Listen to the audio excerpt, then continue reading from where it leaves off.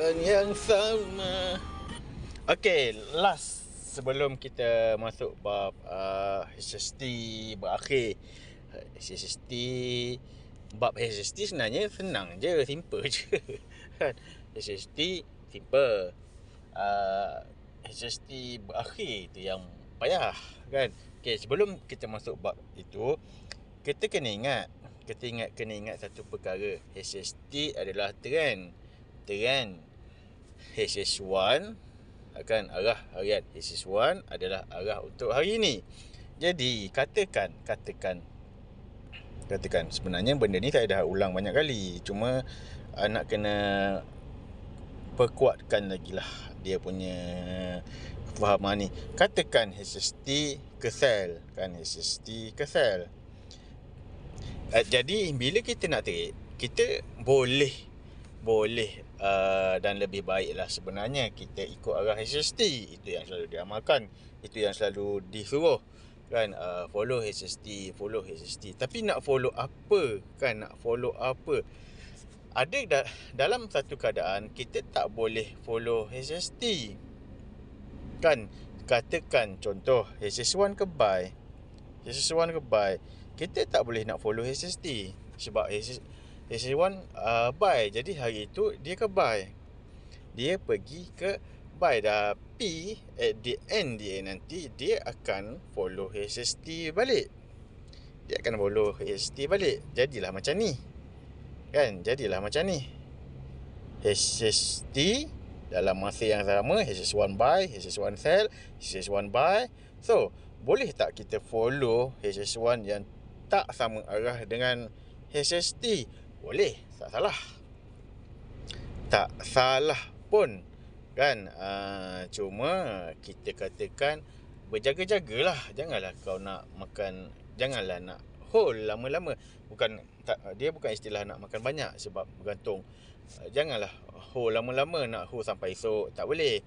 Sebab kita kena ingat HST ke sell, HSS1 ke buy. Kita makan buy ni adalah repair bagi trend. Okay. So itu yang pertama.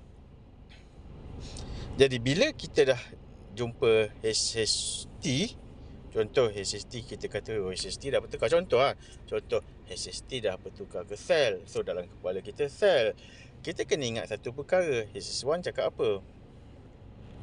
Kalau kita nak trade pada hari ini, bermaksud kita nak kena tengok HSS1 semalam 8D semalam dia kata apa? Adakah dia kata sell? Kalau dia kata sell dan HST ke sell, ini baru kita kata HSS1 follow HST. Seronoklah sikit, maknanya dia akan pergi lebih jauh lah.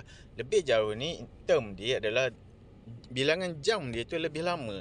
Dia akan pergi ke sell tu berjam-jam lebih lama. Kadang-kadang pipnya kecil saja, kadang-kadang pipnya besar. Okay? Katakan HSS1 ni pergi ke buy. So kita trade hari ini melawan HST. Adakah salah? Tak salah. Okay. So nak kena faham tentang perkara itulah. Jangan kita terlalu melihat kepada HST. Kita kena ingat juga HSS1 ke mana.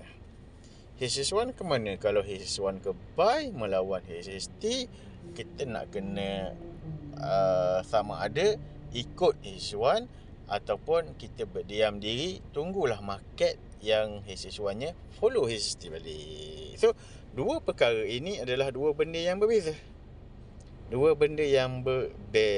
HSS1 dekat sini 8D dekat sini menyatakan besok nak pergi ke mana, dan HST nak pergi ke mana. Itu adalah dua perkara yang berbeza, dan itulah yang akan membentuk market